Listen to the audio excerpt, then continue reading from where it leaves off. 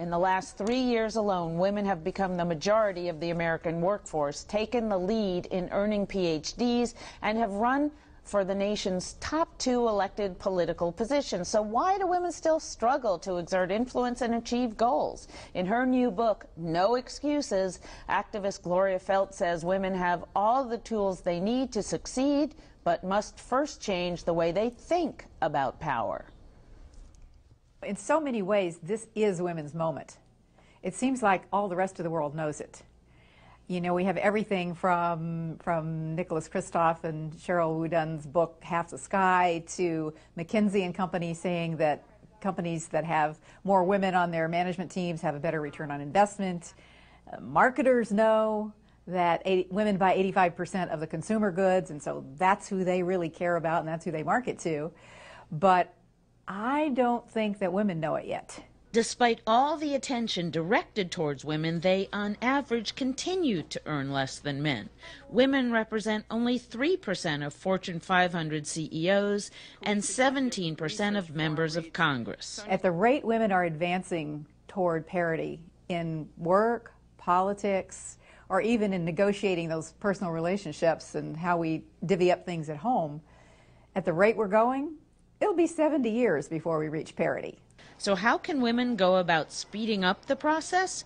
Feldt, former president of Planned Parenthood, says women should rid themselves of complacency. One of the things that happens when you win just enough is that everybody starts to think that, well, the job is done.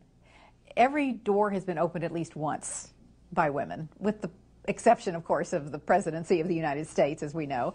But even that, we've seen tremendous progress by having had a very viable candidate who almost won.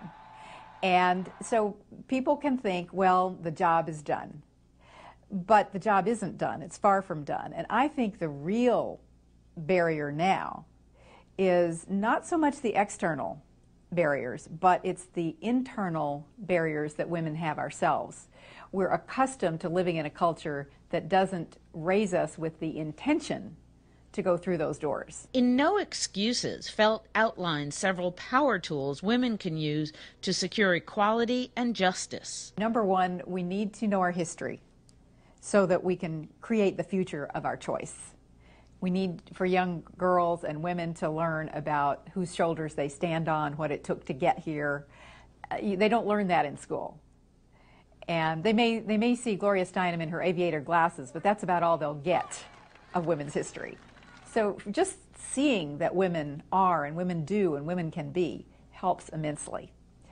But I also think that we need to look at ourselves, those of us who are older, and know that it's our responsibility to tell our stories to younger women, to our daughters, our friends, our nieces. We need to tell our stories. And they want to hear those stories. Another of Feldt's power tools, embrace controversy, something she says civil rights activists have handled much better than feminists. Sexism is much more underground. It is so deep. It is so deep. And when that gender power balance begins to change, that is so gut-level frightening to so many people.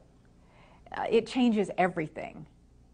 And it's just not as visible, I think, as racism.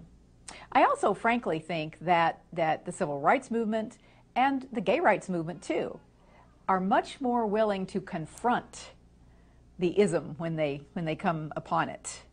And that women need to learn to be much stronger and not fear the controversy of hitting it head on when they see sexism. Feldt says today's shifting gender roles have left some couples confused about how to balance work and home.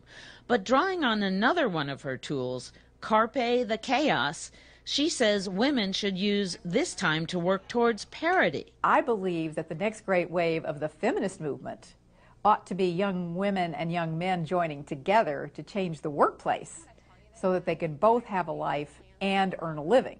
The childbearing years are very challenging for women. The workplace was designed for a man who had a wife at home to take care of all the details of life. Now is the moment to make that change. There's enough chaos going on in our world, and chaos is always opportunity to make those kinds of changes.